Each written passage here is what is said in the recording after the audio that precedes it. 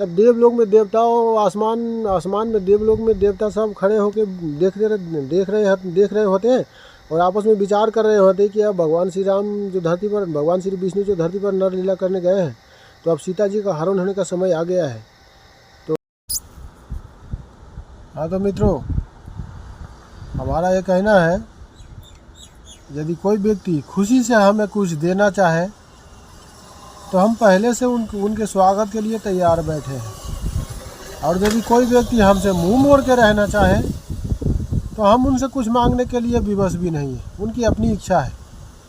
हमारे कहने का मतलब है, हम जो वीडियो बनाते हैं वो उस वीडियो को ज़्यादा लोग नहीं देखेंगे, ये हम जानते हैं। काहे कि जो वीडियो हम बनाते हैं वो शास्त्र से और धर्म से संबंधित होता है। और आजकल के ज़माने में कितने लोग हैं जो धर्म की बातें, धर्म की चर्चा करना चाहेंगे और धर्म से मतलब रखते हैं, जो धार्मिक पुराणों के बारे में सुनना चाहेंगे। 100 लोगों को लाइन में खड़ा करो तो हमको लगता है 5 या 10 लोग उसमें से होंगे जो धर्म से मतलब रखते हैं। और 90 या 95 लोग ज़्यादातर ऐसे होते हैं जिनको धर्म से कोई मतलब नहीं होता है, उनकी अपनी मर्जी होता है। तो जो वीडियो हम बना के यूट्यूब पर या फेसबुक पर रखते हैं वो ज़्यादा चले या ना चले, लोग ज़्यादा देखें या ना देखें, हमको इससे कोई मतलब नहीं है।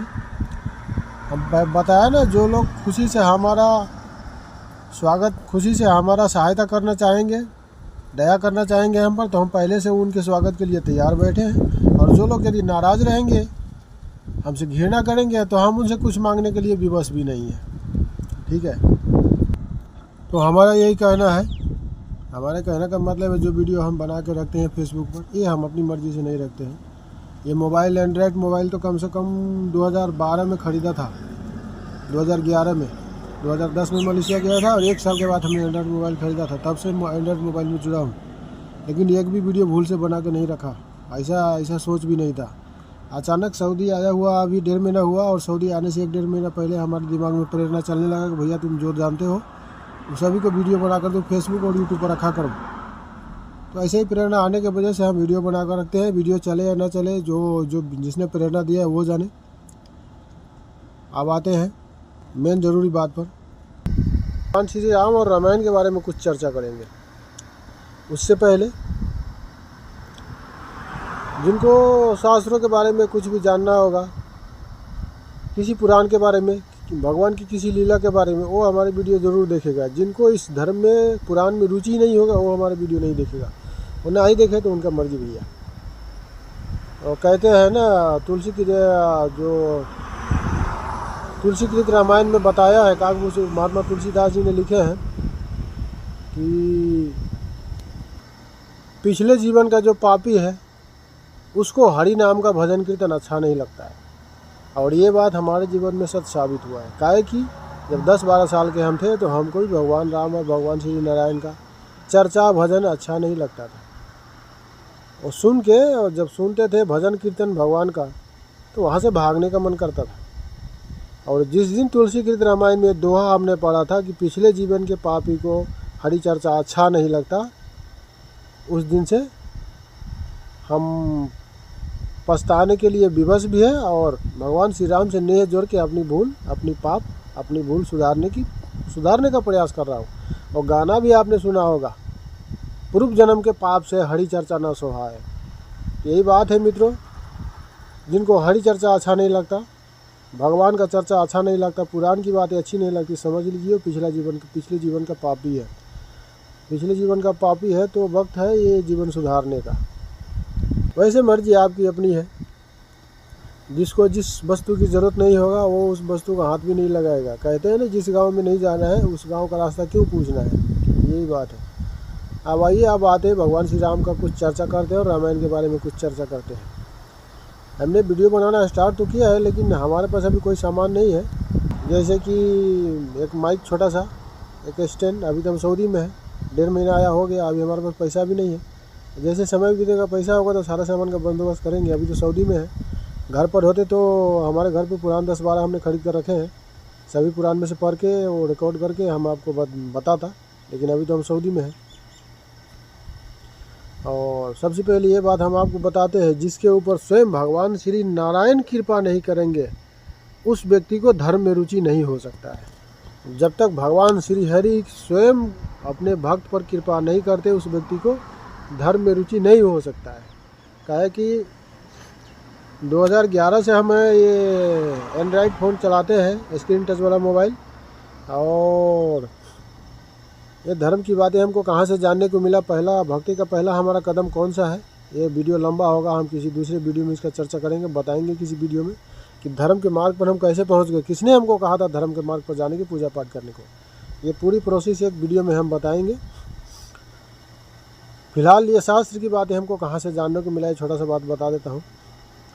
शास्त्र की बातें हमको जानने की मिला है स्क्रीन टच वाला मोबाइल के कारण।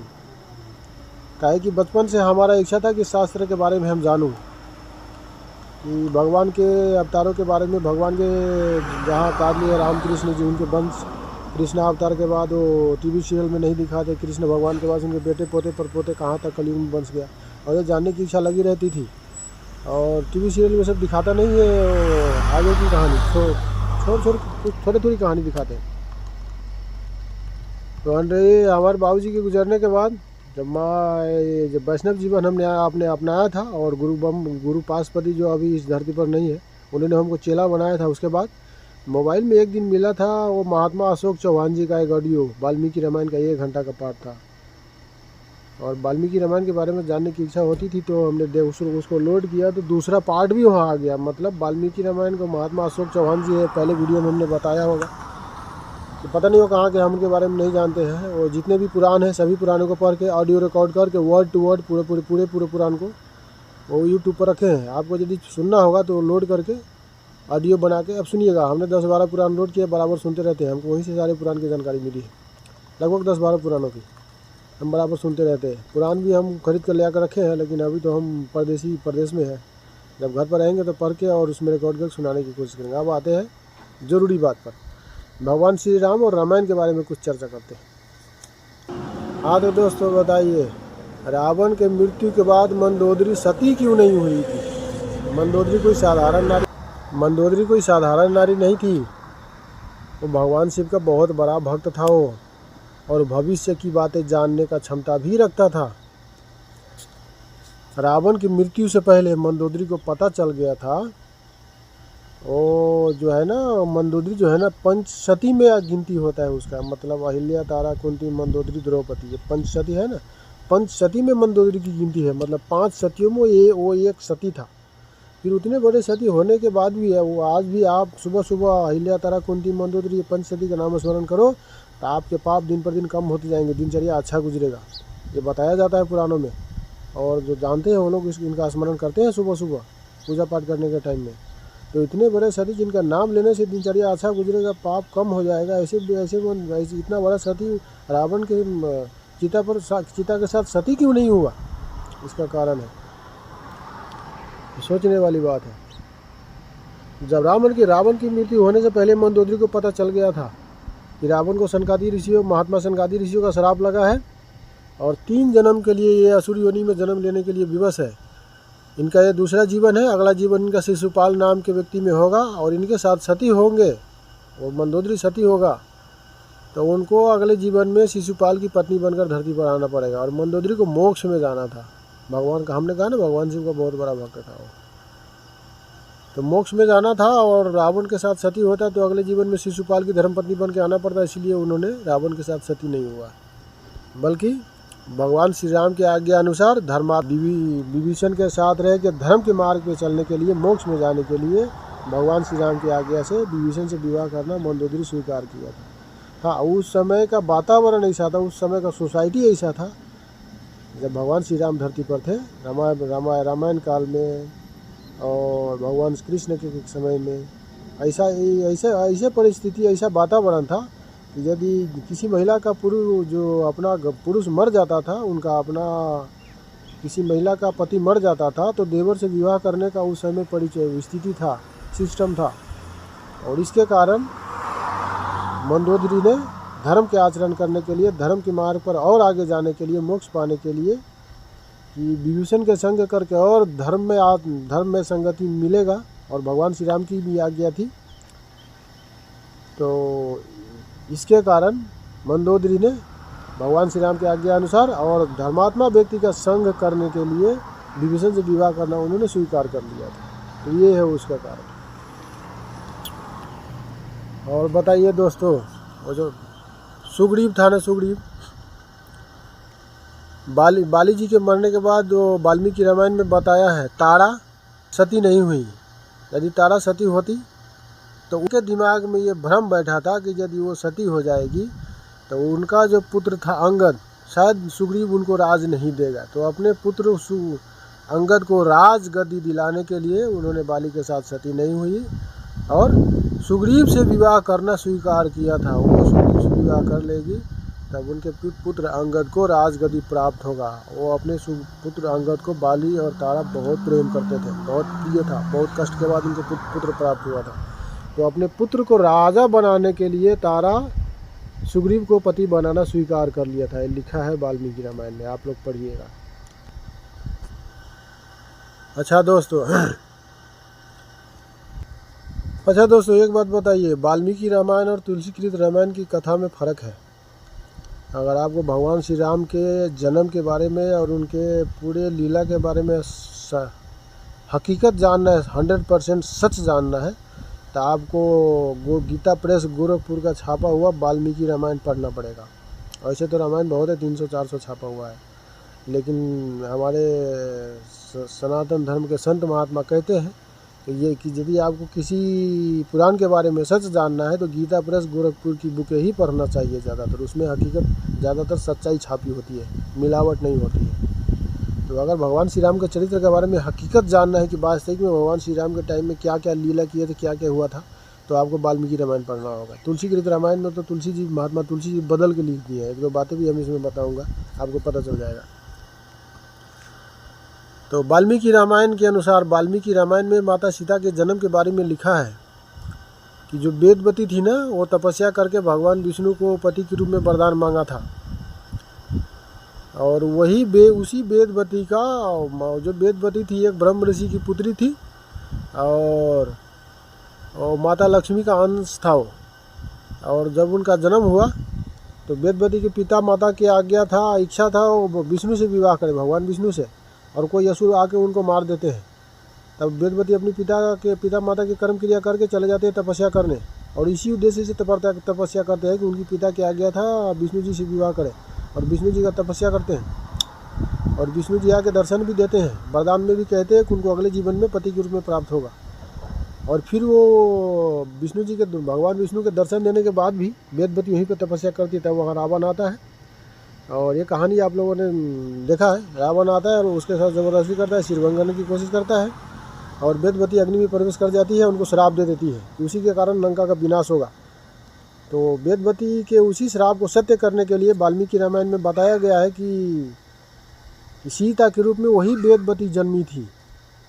जो वेदवती पिछले जीवन में वेदवती थी, अगले जीवन में सीता के रूप में उसका जन्म हुआ। रावण जब समुद्र के तट पर एक दिन भ्रमण करने गया तो वहाँ समुद्र के किनारे एक कमल के फूल में एक बालिका मिली थी। फूल में एक बालिका मिली थी, एक बच्चा, और उस बच्चे को रावण उठा के अपने घर ले गया था। तो उन रावण के ज्योतिषी ने बताया था कि ये बालिका का लक्षण तुम्हारे लिए ठीक नहीं है। जब तुम इसको अपने यहाँ रखोगे ये बालिका तुम्हारी मृत्यु का कारण बनेगा, तुम जहाँ से लाए वहीं छोड़ाओ। तो वो अपने ज्योतिषी के कहने पर रावण फिर से वहीं ले आकर रख दी, उसी कमल के फूल पर, और वहाँ से धरती माता ले गई उनको धरती पर। धरती माता अपने गोद में ले गई, और उसी धरती के द्वारा जनक जी के हल जोतने पर जनक जी के पुत्री के रूप में जनक जी को प्राप्त हुआ हो। तब वाल्मीकि रामायण में माता सीता के जन्म का तो ये कथा लिखा है। हाँ, लेकिन कुछ कथा में बताया जाता है, संत महात्मा बताते हैं और दूसरे पुराण में लिखे कि माया की जो सीता थी ना, वो वेदवती थी। इसके बारे में बताऊंगा आगे। और वही वेदवती पृथ्वी के द्वारा जनक जी को पुत्री के रूप में प्राप्त हुआ, और वही वेदवती सीता के रूप में जन्मी थी। और सीता के कारण, माता सीता के कारण रावण के लंका को विनाश हो गया था। तो वाल्मीकि रामायण में एक कथा है, लेकिन और दूसरे पुराण में थोड़ा अलग तरीके से बताया गया है। कुछ पुराण में ऐसे कुछ कथा के अनुसार संत महात्मा बताते हैं, कई जगह ऐसी भी कथा मिलती है, जो माया की सीता थी ना, वो वेदवती थी, और जो असली सीता थी वो स्वयं भगवती लक्ष्मी का अवतार थी। और जो वेदवती थी वो भी लक्ष्मी का ही अंश था, ये हमने आपको बताया पहले। और जो माया की सीता थी वो वेदवती थी।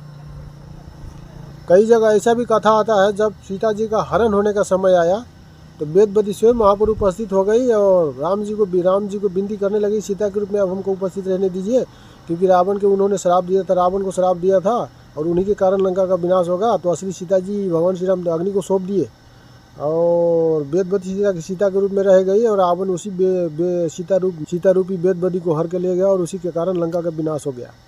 तो कई जगह ऐसा भी कथा आता है, महात्मा सब कथा में कहते हैं और कई दूसरे पुराण में लिखा है। हाँ, लेकिन एक बात है, तुलसीकृत रामायण में, वाल्मीकि रामायण में जहाँ सीता हरण का प्रसंग वर्णन है, जहाँ सीता हरण के बारे में लिखा है, उस जगह पर माया की सीता के निर्माण के बारे में या तो सीता जी को भगवान श्री राम ने अग्नि में समर्पित किया, ऐसी कोई बात नहीं लिखी है। जिस जगह पर सीता हरण का वर्णन है, जहाँ सीता हरण के बारे में जिस पेज में लिखा है, उस पेज में माया की सीता के निर्माण के बारे में, सीता जी को अग्नि के सौंपने के बारे में ऐसा कोई वर्णन नहीं है। तुलसीकृत रामायण में तुलसीदास जी लिखे हुए हैं लास्ट में, जहाँ सीता जी राम रावण युद्ध की समाप्ति के बाद सीता जी वापस आती है। राम रावण युद्ध के समाप्त, भगवान श्री राम और रावण के युद्ध के समाप्ति के बाद सीता जी जो वापस आती है, वहाँ पर लिखा हुआ है पहले सीता को अग्नि को सौंपा था, केवल इतना ही लिखा है। और इसी के आधार पर वहाँ रामानंद सागर जी ने उन्हीं के अग्नि परीक्षा वाला कांड दिखाया है। और इसके आगे की कहानी को आप लोग जानते हैं। इसके बाद में वाल्मीकि रामायण में जहाँ सीता हरण का जो जिस पेज में वर्णन है, वहाँ भी माया की सीता के बारे में और अग्नि परीक्षा के बारे में कोई वर्णन नहीं है। और जहाँ लास्ट में जब भगवान श्री राम और रावण के युद्ध के समाप्ति के बाद जब सीता जी वापस आती है, तो लक्ष्मण को भगवान श्री राम ने अग्नि प्रबंध करने को कहता है और माता जानकी को भगवान श्री राम कटु शब्द कह देते हैं कि रावण से तो हमने तुमको आप आज़ाद करा, रावण से हमने आपको आज़ाद करा दिया, आप अपने इच्छा से आप जहाँ चाहे जा सकती हैं। और इस बात से सीता माता को बहुत तकलीफ़ होती है और उसी शोक में, उसी तकलीफ़ के कारण वो उसी बात को सुनकर उस बात का तकलीफ़ बर्दाश्त नहीं कर पाती है और अग्नि में प्रवेश करने की विचार कर लेती है। तो वहाँ पे वर्णन है, वहाँ के बाद कुछ कथा वहाँ पे वर्णन है वाल्मीकि रामायण में, जो सीता वहाँ अग्नि में प्रवेश करती है तो वहाँ पे दो सीता हो जाता है, एक जो अग्नि में प्रवेश करती है वो, और एक असली सीता जो अग्निदेव से वापस आता है, और वहाँ पे दो सीता हो जाता है। एक सीता, वो दो सीता का दर्शन भगवान राम ही करते हैं और दूसरे नहीं देख पाते हैं। तो भगवान श्री राम जो माया की सीता थी, हालांकि माया की सीता के बारे में तो वहाँ वर्णन नहीं है, लेकिन वहाँ दो सीता हो जाता है। तो एक सीता को भगवान श्री राम कहते हैं कि आप फलाने पर्वत पर तपस्या करने चले जाओ, और एक सीता जो असली थी भगवान श्री राम के साथ वो अयोध्या चली जाती है। जब अग्नि परीक्षा समाप्त होता है, जब भगवान राम जानकी को स्वीकार कर लेती है, तो दशरथ जी देवलोक से बहुत सारे देवता भगवान श्री राम को धन्यवाद देने आते हैं। और जब देवताओं के बाद महाराज दशरथ भी आते हैं वहाँ, और सीता को कहती है, सीता तुम चिंता नहीं करो, सूर्यवंशी पे जो कलंक लगा था, तुम्हारे ऊपर जो कलंक लगा था, केवल इसी कलंक को दूर करने के लिए राम ने तुमसे कटु शब्द कहा। इसमें संदेह की कोई बात नहीं है, ये राम की एक नरलीला थी। तुम्हारा कलंक और सूर्यवंशी का कलंक दूर, सूर्यवंश में जो कलंक लगा, ये कलंक दूर करने के लिए ही राम ने ये तुमको कटु शब्द कहा। सारी जनता के सामने तुम्हारे और सूर्यवंशी का कलंक दूर हो गया, महाराज दशरथ ने कहा था। और वाल्मीकि रामायण के अनुसार जो अग्नि में दो सीता हो गई थी, एक माया की सीता और एक वो असली सीता। और वहाँ पे वर्णन है, जो दूसरी सीता तपस्या करने चली गई थी, तो भगवान शिव शंकर के वरदान के अनुसार वो पांच गुणों वाला पति उन्होंने मांगा था, और भगवान शिव शंकर ने कहा था कि एक पुरुष में पांचों गुण, सर्वश्रेष्ठ गुण संभव नहीं है।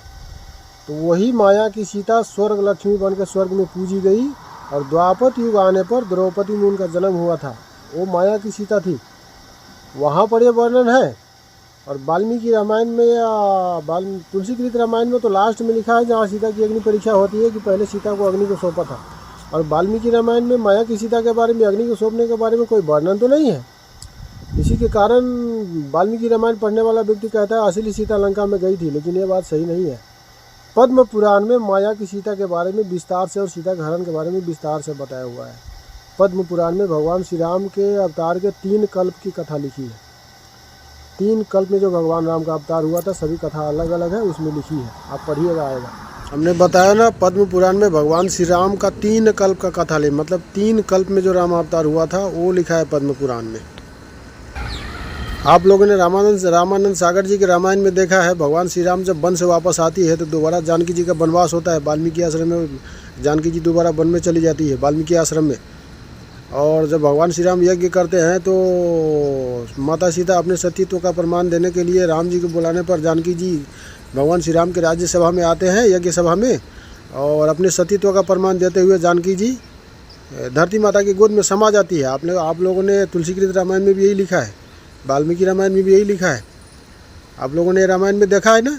मगर पद्म पुराण में सीता जी के बारे में कुछ और ही कथा लिखा है। पद्म पुराण में लिखा है जब भगवान श्री राम, पद्म पुराण में एक ये भी कथा है जब भगवान श्री राम वन से वापस आती है और जब दोबारा जानकी जी वन में वाल्मीकि आश्रम में जाना पड़ता है जानकी जी को, तो बहुत लंबे समय तक जानकी जी वाल्मीकि आश्रम में रहती है, अपने 2 पुत्रों को जन्म भी देता है। और जब भगवान श्री राम यज्ञ करते हैं तो यज्ञ में उनकी पत्नी की ज़रूरत पड़ती है, सीता जी की ज़रूरत पड़ती है। तो जनता कहती है, राम जी से कहती है कि आप विवाह कर लो, लेकिन राम जी विवाह करने के लिए राजी नहीं होते, मना कर देते हैं कि राम जी कहते हैं वो विवाह नहीं करेंगे। तो जनता कहती है फिर कोई विकल्प नहीं है, फिर जानकी जी को खोज के लाओ। तब जनता कहती है कि कोई विकल्प नहीं है, तब जानकी जी को खोज के लाइए, जानकी जी को खोज के लाया जाए। तो सारे जनता एक मत होकर कहते हैं कि जानकी जी को खोज कर लाया जाए, जब राम जी विवाह नहीं करेंगे तो जानकी जी को खोज कर लाओ। तब जनता के कहने पर राम जी गुप्तचर भेजते हैं कि सीता का पता लगाओ। तब पता चलता है वाल्मीकि आश्रम में सीता है। तो गुप्तचर के कहने पर सीता वापस नहीं आती है। तो गुप्तचर आके कहते हैं तो भगवान सीता वापस नहीं आती है, तो भगवान श्री राम खुद वाल्मीकि आश्रम में जाते हैं और सीता जी को विनती करते हैं कि अयोध्या वापस चलने के लिए, मगर सीता जी मना कर देती है। तो राम जी कहते देखो सीता, जो काल हम दोनों को अलग किया था वही काल आज हम दोनों को फिर से मिलाना चाहता है। और उसी सारे जनता की इच्छा है कि सीता जी शुद्ध है, उसमें कलंक जी से कोई वातावरण नहीं है, सीता को वापस लाया जाए। तो सीता जी तभी मना करती है, लेकिन वाल्मीकि जी रिक्वेस्ट करती है कि उनको जाके उनके पति को सहायता करनी चाहिए, उनके पति बुलाने आए, उनका अपमान नहीं करना चाहिए। तो वाल्मीकि के कहने पर, महात्मा वाल्मीकि जी के कहने पर माता सीता अपने पति भगवान श्री राम के साथ अयोध्या वापस आती है और यज्ञ में विराजमान होती है। और यज्ञ पूर्ण होने के बाद में लंबे समय तक, कई वर्षों तक भगवान श्री राम के साथ अयोध्या में वास करती है। और सभी वर्ष यज्ञ होते हैं, कई यज्ञ में माता सीता शामिल होता है। लंबे समय तक भगवान श्री राम के साथ माता सीता अयोध्या में वास करती है। वो वहाँ पे ये कथा है, माता सीता धरती में नहीं समाती है, ये कथा है पद्म पुराण में। तो आपको बताइए, वो जो तुलसीकृत रामायण में जो लिखा है, जो रामानंद सागर जी के रामायण में जो देखा आपने सीता धरती में समा जाती, वो सही है, या ये जो कथा हमने आपको बताया ये सही है? ये भी सही है, वो सही है, दोनों सही है, दोनों में से कोई गलत नहीं है। वो दूसरे कल्प की कथा है या दूसरे कल्प की कथा है? कहीं कहीं पे ये कथा आता है, जो रावण था ना 3 कल्प में, ये जो रामानंद सागर जी के रामायण में जो रावण और कुंभकर्ण देखा, वो भगवान श्री विष्णु जी के द्वारपाल है, जय विजय।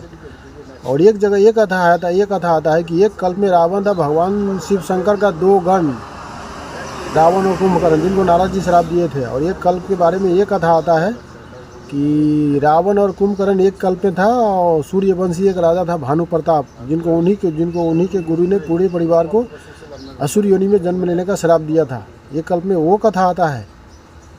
तो सभी कल्प में भगवान श्री राम और कृष्ण का अवतार होता है, और काकभूषुंडी जी महाराज बताए हैं। और सभी कल्पों में भगवान श्री राम के, कृष्ण के लीला चक्र और घटना अलग अलग होता है, एक जैसा नहीं होता है। एक जगह ये कथा आता है, जब भगवान श्री राम अपने धाम में मृत्युलोक छोड़कर धाम में जाने के विचार करते रहते हैं, तो हनुमान जी को तकलीफ हो जाती है। तो हनुमान जी को कहते हैं, राम जी से हनुमान एक अंगूठी गिरा देते हैं धरती पर, अंगूठी पाताल में चली जाती है। और हनुमान के कहती है अंगूठी लेके आओ। तो हनुमान जी पाताल में अंगूठी लेने जाता है, तो वहाँ बहुत सारा अंगूठी पड़ा रहता है। हनुमान जी सोचते हैं कौन सी अंगूठी ले जाओ, ये सारे अंगूठी एक जैसे है, सारी अंगूठी श्री राम की अंगूठी जैसी है। तो मतलब कितनी बार भगवान श्री राम का अवतार हुआ, इसकी कोई गणना नहीं, इसकी कोई गिनती नहीं है। जितनी भी कथा शास्त्र में, एक कथा अलग अलग पुराण में अलग अलग तरीक़ों से बताया, कोई भी गलत नहीं, सब सही है, आपको जितना ज़रूरी है उतना लो। हाँ तो भाइयों, ये रामायण कथा का वीडियो लंबा हो रहा है, इसलिए इस वीडियो में इतना ही। इस वीडियो के आगे का कथा जानने के लिए इस वीडियो का दूसरा पार्ट ज़रूर देखिएगा। दूसरा पार्ट भी आपको इसी चैनल में मिल जाएगा। आप लोग हमारे वीडियो फेसबुक में देख रहे हैं तो हमारे फेसबुक प्रोफाइल को फॉलो कीजिएगा, लाइक कीजिएगा। और यदि आप लोग हमारे यूट्यूब चैनल पर देख रहे हैं तो हमारे यूट्यूब चैनल को लाइक कीजिएगा, सब्सक्राइब कीजिएगा और बेल आइकन की घंटी को दबा लीजिएगा ताकि जो भी वीडियो हम अपलोड करें सबसे पहले आपके पास पहुँचे। अच्छा मित्रों, जय सिया राम।